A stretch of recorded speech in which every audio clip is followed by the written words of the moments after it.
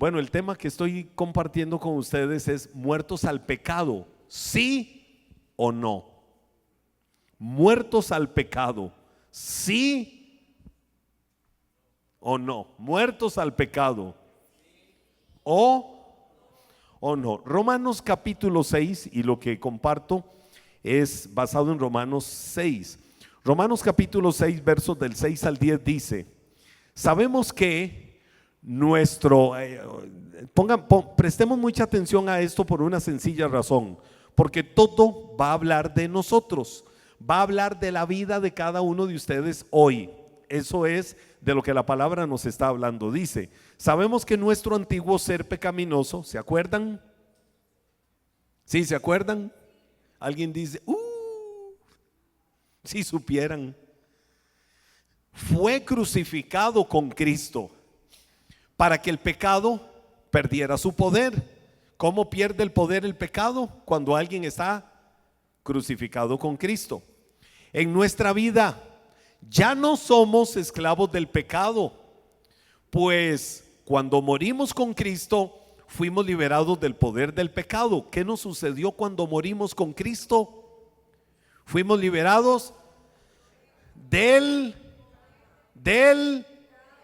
pecado. No fuimos liberados del pecado. Fuimos liberados del poder del pecado. Y dado que morimos con Cristo, sabemos que también viviremos con Él. Estamos seguros de eso, porque Cristo fue levantado de los muertos y nunca más volverá a morir. La muerte ya no tiene ningún poder sobre Él. Cuando Él murió una sola vez a fin de quebrar el poder del pecado, pero ahora que Él vive para la gloria de Dios. Ahora, está claro con lo que dice la Biblia en el libro de Romanos, que antes el pecado tenía poder sobre nosotros, que el pecado tenía dominio, que el pecado tenía señorío. Pero ese poder, ese dominio, ese señorío, el pecado lo perdió a partir del momento en que vinimos a Cristo y se convierte en el Señor de nuestra vida. Cuando Cristo es Señor de nuestra vida, ahora estamos crucificados juntamente con Cristo. No se trata de que nosotros vislumbremos, no se trata de que hoy visualicemos a Cristo crucificado, porque ese no es el Cristo de nosotros. El Cristo de nosotros no es el que está en una cruz.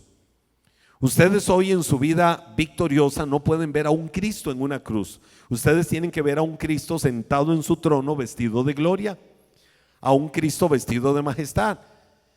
El Cristo mío no es el Cristo de los capítulos finales de los evangelios. El Cristo mío es el del libro del Apocalipsis capítulo 1. El alfa y la omega, el principio y el fin, el que tiene las llaves, el poder, el señorío, la autoridad. Juan lo vio tan vestido de gloria que la Biblia dice que no soportó estar viendo aquello. De la misma gloria que Juan estaba viendo en la revelación en la isla de Patmos de Cristo Jesús. Ese es el Cristo de nosotros.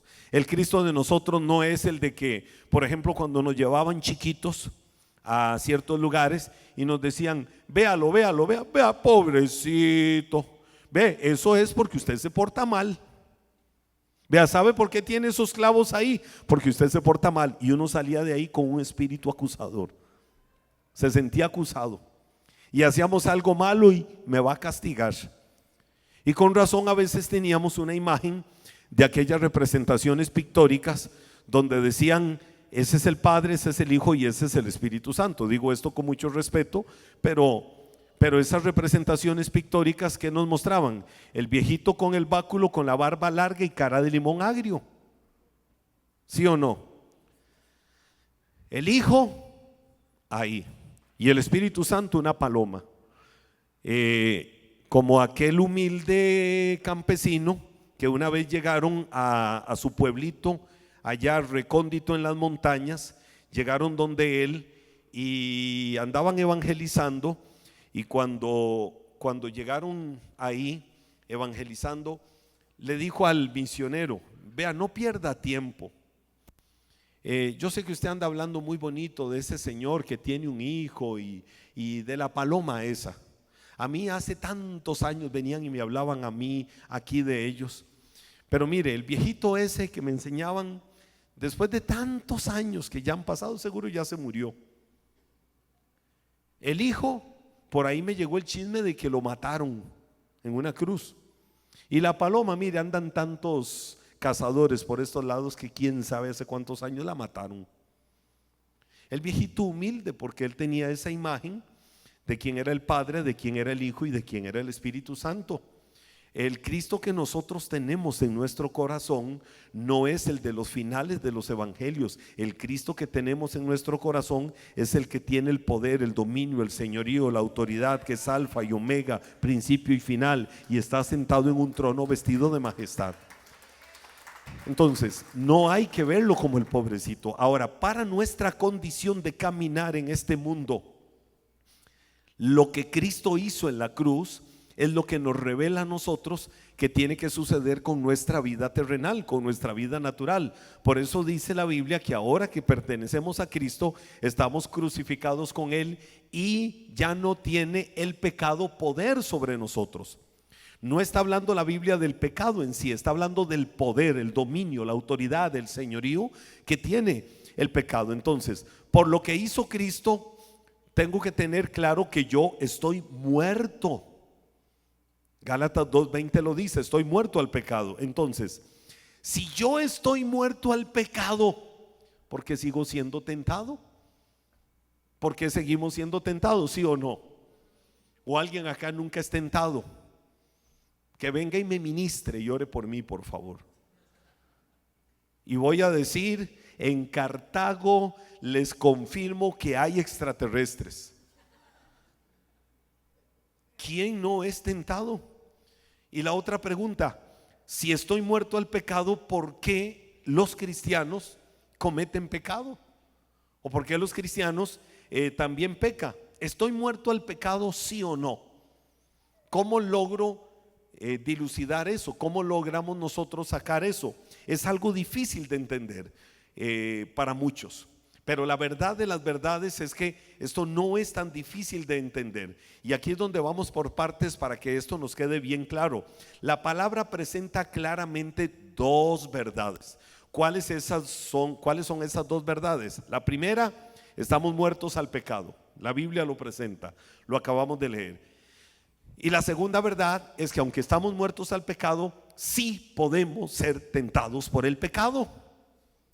Si enfrentamos tentación por el pecado. Entonces, no podemos negar ni una cosa, que estamos muertos al pecado, pero tampoco podemos negar la otra cosa, de que somos expuestos a tentación. Y cuando hablamos de tentación, no se genere un estereotipo en sus mentes, es cualquier tipo de tentación. Romanos capítulo 6, verso 11 nos da una clave para entender esto que es quizás una aparente paradoja. ¿Qué dice Romanos capítulo 6, verso 11? Así también ustedes deberían considerarse muertos al poder del pecado y vivos para Dios por medio de Cristo Jesús. Dos acciones. Una, yo debo de considerarme. La acción es, debo de considerarme muerto al pecado. La otra acción es, debo de considerarme vivo para Dios. ¿Cómo lo hago? Por medio de Cristo Jesús. Es decir, no es mi esfuerzo, no es mi sacrificio, no es mi negación de no peco, no cedo. No se trata de nosotros, porque nosotros somos frágiles, nosotros somos débiles. Se trata de lo que opera en nuestras vidas. Se opera de la autoridad que hay dentro de cada uno de nosotros. Cuando por fe aceptaste a Cristo, se cuenta a tu favor la obra que Cristo hizo en la cruz del Calvario. Eso lo tenemos claro. Aceptamos a Cristo por medio de la fe, entonces a nuestro favor se cuenta la obra de Él en la cruz del Calvario, es decir, derramó su sangre. Así como fue real entonces que Cristo murió por cada uno de nosotros, es real que en Él nosotros morimos al pecado. ¿Cuál es la clave de todo? En Él. Di conmigo, en Él. Esa es la clave de todo. La clave es en Él, no en mí, no en mi esfuerzo, no en mí mismo. Eh, yo recuerdo, en algún momento se hizo una moda aquello de futbolistas en nuestro país. Lo gestaron dos futbolistas, por lo menos recuerdo en ese tiempo, cristianos. Eh, Uno se llama Gerald Drummond y otro se llama Rolando Fonseca. La mayoría los conoce. Y sobre todo Rolo. Rolo metía un gol, ya después de que él recibió a Cristo, se hizo cristiano. Rolo metía un gol y hacía así, como diciendo: no lo hice yo, lo hizo él, dándole toda la gloria a Dios, diciendo: esto es por los méritos de él, aunque el talento Dios se lo dio, la gracia él se lo dio, él se esforzó. Y entonces se hizo una moda. Mire, se hizo tanto una moda que yo recuerdo hace muchos años, yo hago un equipo de fútbol acá en la iglesia de mejengueros, hace muchos años. Entonces nos íbamos los sábados aquí a los salesianos a jugar.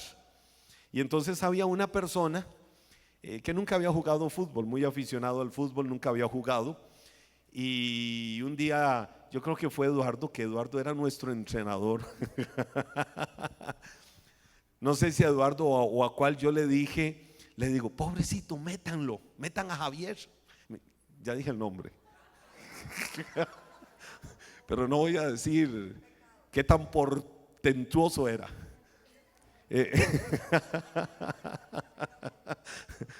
Y yo dije: metan a Javier, pobrecito, faltan 10 minutos para que termine el partido. Y entonces hay un tiro de esquina a favor de Iglesia Maná. Y entonces no recuerdo quién fue, si fui yo o cuál, ahí hace el tiro de esquina. Y entonces donde la bola viene para el centro, Javier que había entrado nada más ve la bola y hace así. Y donde hizo así, la bola parecía el chanfle. La bola le pegó en la espalda y entró. Gol. Cuando él hizo así y vio que la bola había entrado, ese hombre salió corriendo por toda la cancha, gritaba: gol, gol. Llegó al centro del campo, se arrodilló así. Nosotros no sabíamos si reírnos o qué hacer de la celebración. Pero en esos tiempos era una moda de que se dijera: no fui yo, fue él. Bueno, eso ilustra de alguna manera lo que Pablo está diciendo aquí. Así como es real que Cristo murió por nosotros, es real que en él nosotros morimos al pecado. Es decir, que lo que ahora hacemos en nuestra vida lo hacemos para la gloria de Dios. Lo hacemos para exaltarlo a él, para honrarlo a él. Entonces, cuando Cristo murió, Dios me vio muriendo en él. Cuando Cristo estaba en la cruz del Calvario, el Padre te estaba viendo en la cruz muriendo con Cristo. Ahí en ese momento en la cruz del Calvario. Y cuando resucitó y se levantó de los muertos, el Padre te estaba viendo resucitando juntamente con él a una nueva vida. Ya no ibas a estar en la condición de muerto en el pecado, ahora ibas a estar muerto al pecado. Significaría que vendrías a resucitar a una nueva vida, a una vida en Cristo Jesús. ¿Qué dice Romanos capítulo 6 versos del 1 al 5 para explicar esto? Casi que lo que comparto en este tiempo es pura Biblia. Romanos capítulo 6 dice: ahora bien, deberíamos de seguir pecando para que Dios muestre más y más su gracia maravillosa. Hagan un alto ahí, devolvámonos a la porción en la que estábamos. Pablo hace la pregunta: wow, la gracia de Dios es tan grande, la gracia de Dios es tan infinita, la gracia de Dios es tan incomprensible. ¿Por qué es incomprensible la gracia de Dios? Porque nosotros entendemos naturalmente que todo nos lo tenemos que ganar por méritos, que todo lo tenemos que lograr por esfuerzos.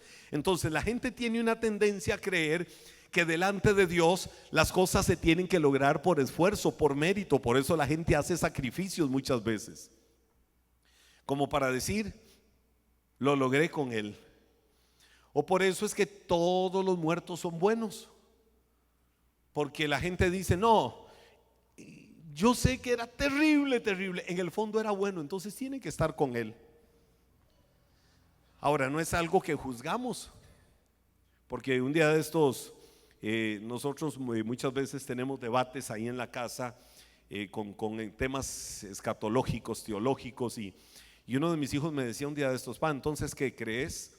¿Que Judas se condenó, sí o no? Yo nada más hice ¿Por qué? Porque yo no estuve en el último momento de la vida de Judas. Sí, pero no venga usted con esa doctrina de que dice que él era esa doctrina desviada, porque la Biblia dice que era el hijo de perdición.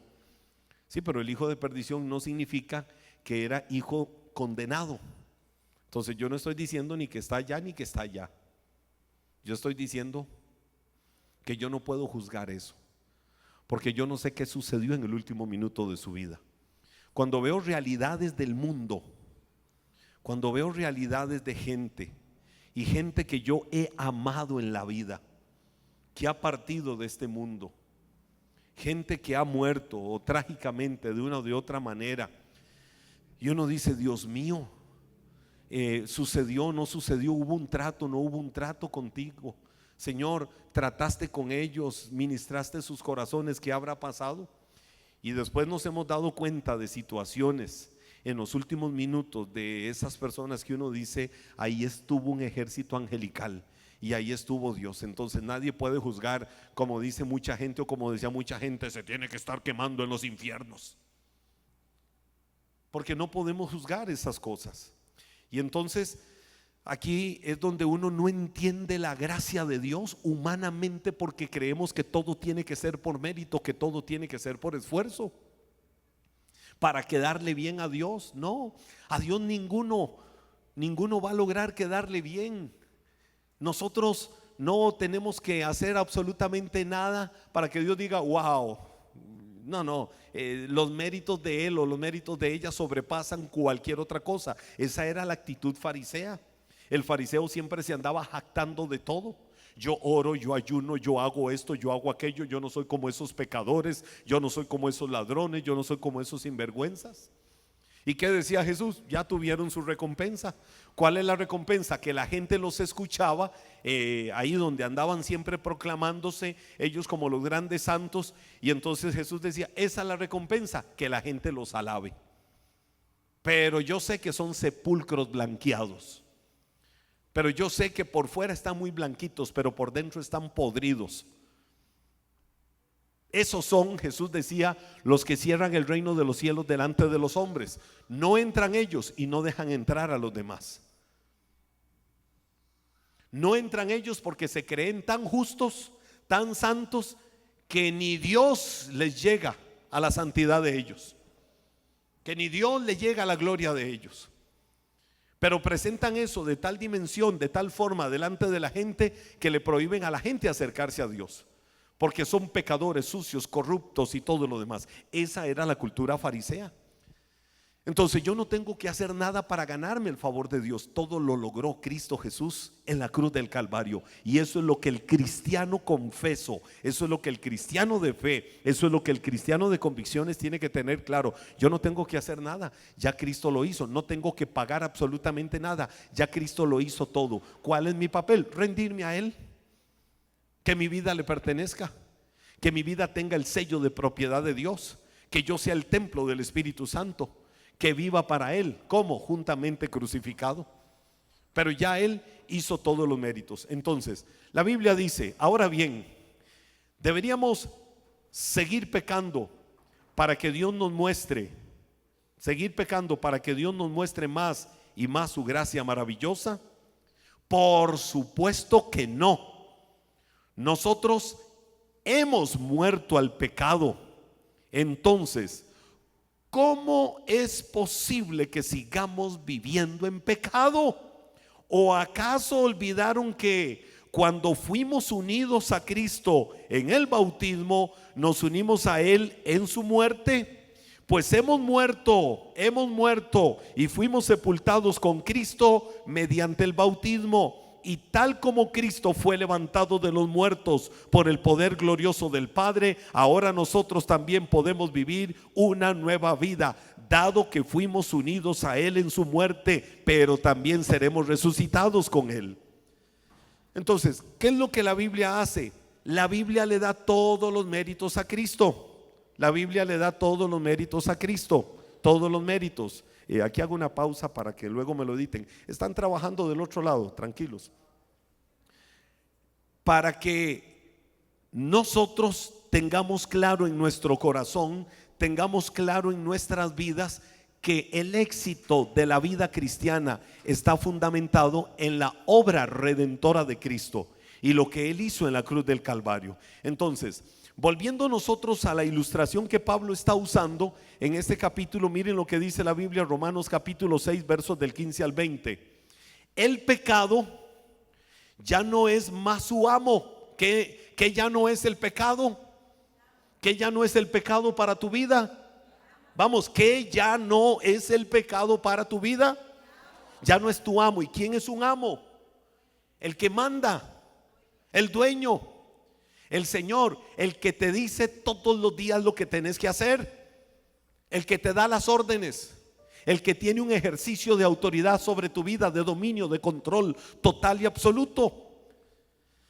Eso no es el pecado, eso en tu vida. ¿Qué es lo que la Biblia dice espiritualmente? ¿O qué es lo que la Biblia dice por fe? ¿O qué es lo que la Biblia dice cuando estamos en Cristo? Que ya el pecado no es el dueño, ya no es el amo de tu vida. Entonces ahí es donde tienes que tener total autoridad. Usemos este término que muchas veces se mal usa, empoderamiento, pero empoderamiento espiritual, para decir: sí soy tentado, sí soy débil, sí paso momentos, pero ya el pecado no tiene dominio sobre mi vida. Ya el pecado no logra hacer conmigo lo que le da la gana. Antes vivías en el pecado, ahora ya no vives bajo el dominio y el gobierno del pecado. Es lo que la Biblia dice. El pecado ya no es más su amo, porque ustedes ya no viven bajo las exigencias de la ley. En cambio, viven en la libertad de la gracia de Dios. Ahora bien, ¿eso significa que podemos seguir pecando porque la gracia de Dios nos ha liberado de la ley? Claro que no. ¿No se dan cuenta de que uno se convierte en esclavo de todo lo que decide obedecer? Uno puede ser esclavo del pecado, lo cual lleva a la muerte, o puede decidir obedecer a Dios, lo cual lleva a una vida recta.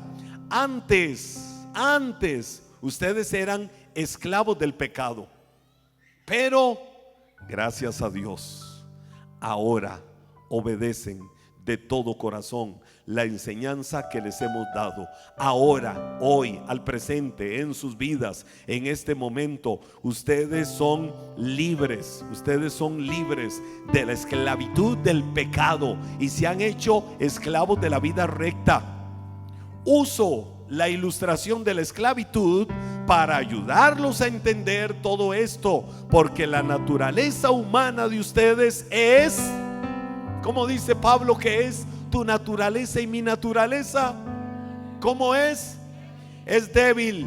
En el pasado se dejaron esclavizar por la impureza y el desenfreno, lo cual los hundió aún más en el pecado. Ahora deben, aquí se habla de deber, entregarse como esclavos a la vida recta para llegar a ser santos. Cuando eran esclavos del pecado, estaban libres de la obligación de hacer lo correcto. Es decir, Pablo lo que está diciendo acá es que eras esclavo del pecado, pero al venir a Cristo, al morir en Cristo, el pecado dejó de ser tu amo, el pecado dejó de ser el Señor de tu vida. Ahora el pecado no tiene derecho legal sobre tu vida. Ahora el pecado no tiene señorío sobre tu vida, no tiene ningún poder sobre tu vida, porque tomaste la decisión de darle tu vida a Cristo. Y cuando le diste tu vida a Cristo,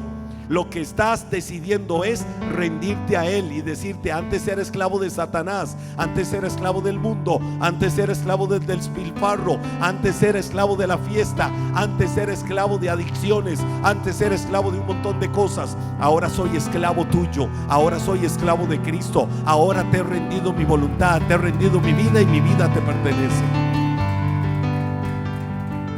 Y aunque el pecado está todavía en ti y el pecado está en mí, ya no tiene autoridad sobre nuestras vidas, gracias a la obra de Cristo. ¿Cómo es eso de que el pecado está en nosotros? Sí, no seríamos humanos. Yo estoy seguro que si me voy a una radiografía interna de cada uno de ustedes, todos han pecado hoy. No, jamás, yo no. Bueno, yo sí. Yo pequé hoy. Déjenme pensar en que pero yo estoy seguro que hemos pecado. Pero no significa que el pecado tiene señorío, dominio y te mueve a hacer lo que le da la gana. Ahora, mire, si hiciéramos una radiografía mental, si yo dijera: Nelson, aquí está, aquí encima tuyo hay una pantalla, y esa pantalla me va a desglosar todos tus pensamientos de hoy en día. Aquí en público voy a empezar a decirlos.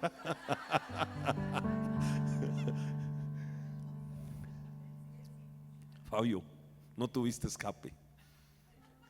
Como aquella película que dábamos antes en los encuentros, ¿se acuerdan? ¿Cómo se llamaba? El cruce, que llegaba al cielo, claro, las computadoras de aquellos tiempos, y salían ese montón de hojas con toda la lista de pecados de toda su vida, por lo que estaba condenado él, por lo que ya había sido juzgado y sentenciado. Pero ahí es donde dice la palabra que Cristo anuló toda esa lista. Fue Cristo con sus méritos. ¿Cuál lista? El acta de los decretos que te condenaba, que te señalaba, que decía que no tenías vida eterna. Clavándola en la cruz, que fue lo que Cristo hizo. Exhibió a Satanás, a los principados, a las potestades, triunfó sobre ellos para decirte: eres libre, ya nada ni nadie te va a condenar, tienes vida eterna, porque me recibiste y yo soy el que ahora vivo en ti. Ahora, si nosotros decimos que no pecamos, somos una manada de mentirosos. Primera de Juan capítulo 1 verso 8, la Biblia dice: si afirmamos que no tenemos pecado, lo único que hacemos es engañarnos a nosotros mismos y no vivimos en la verdad. No que el poder, y aquí es donde hay que hacer diferencia, no que el poder, el dominio, el señorío del pecado está sobre tu vida. Pero el cristiano que diga: no, ya yo no peco, nunca peco. Y la gente a veces forma un estereotipo, y entonces el estereotipo casi siempre está orientado hacia la sexualidad. O en el caso del hombre, como decían antes, a nosotros nos enseñaban muchachos en mi primera juventud, y decían: si usted vuelve a ver a una mujer, la primera vez la vio por accidente, eso es lo más normal y natural. Pero si usted vuelve otra vez a verla, ya usted pecó. Entonces decía alguien: yo no tengo problema con eso, yo no peco. ¿Y por qué no peca? Porque yo retengo la primera mirada. No, y se señalaba para juzgar, para condenar. Y la gente siempre andaba con un espíritu acusador. Y vea, me decían: varón, si me doy cuenta que usted va al estadio, lo pongo en disciplina. A mí me tenían sentenciado. ¿Saben qué hacía? Me iba a escondidas al estadio y me encontraba a media iglesia en el estadio. Pero no es formar un estereotipo, pero de una o de otra manera nosotros pecamos. Ahora, antes no había más salida para nosotros que ser esclavos del pecado, pero ahora nosotros tenemos una nueva capacidad, y la nueva capacidad que nos dio la sangre de Cristo nos faculta, nos capacita para seguir a Cristo, para estar en su reino y caminar en su justicia. Entonces, o vas a vivir como esclavo o vas a vivir como libre. Quiero decir algo hoy para ir cerrando. Ve poniéndote de pie. Toma esta verdad en tu corazón. Quería reflexionar y todavía voy a dar una porción bíblica en medio de una atmósfera de adoración a Dios para cerrar esta noche. en Cristo, en Cristo, en Cristo, en Cristo, has muerto al pecado. Dilo conmigo: he muerto al pecado. Pero mientras ocupes este cuerpo, mientras estés en ese cuerpo que era esclavo del pecado, así como lo vimos acá en la palabra, debes de estar contrarrestando por el Espíritu Santo, cualquier movimiento golpista que te quiera dar o se quiera levantar en tu contra para tratar de recobrar el poder que antes tenía el pecado, antes de que llegaras a Cristo, antes de que Cristo morara en tu vida. El pecado siempre va a querer venir a dar golpes y golpes, un movimiento golpista para volverte a atar. Entonces es donde vemos que se dice: ay, tal persona se apartó de Dios. No que pecó, porque la Biblia dice: hijitos, no pequen. Pero si pecaron, ¿qué dice Primera de Juan capítulo 1 verso 12? Si pecaste, tenés un abogado delante del Padre, a Jesucristo el justo. Es decir, corre a Él y dile: he pecado, y ese abogado te va a defender delante del Padre. Pero antes de eso, en el verso 9 dice: si confiesas tu pecado, Él es fiel y justo para perdonarte y para limpiarte de todo pecado. Entonces te levantas y vas para adelante. Pero muchas veces decimos: mira, esa persona caminó en Cristo y véanlo donde anda, y véanla donde anda, arrastrado por el pecado, apartada del Señor, pero ya no disfruta. Si fue una persona que realmente nació de nuevo, que conoció el valor de la gracia de Dios, no va a disfrutar el pecado, y su vida ahí es una desgracia, porque no hay nada más grande que el ser humano pueda conocer en su vida que la gracia de Dios. Hay otros que son todo lo contrario, y entonces parece que nunca estuvieron en Cristo. Esos son apostatadores de la fe, que niegan la fe, apóstatas de la fe.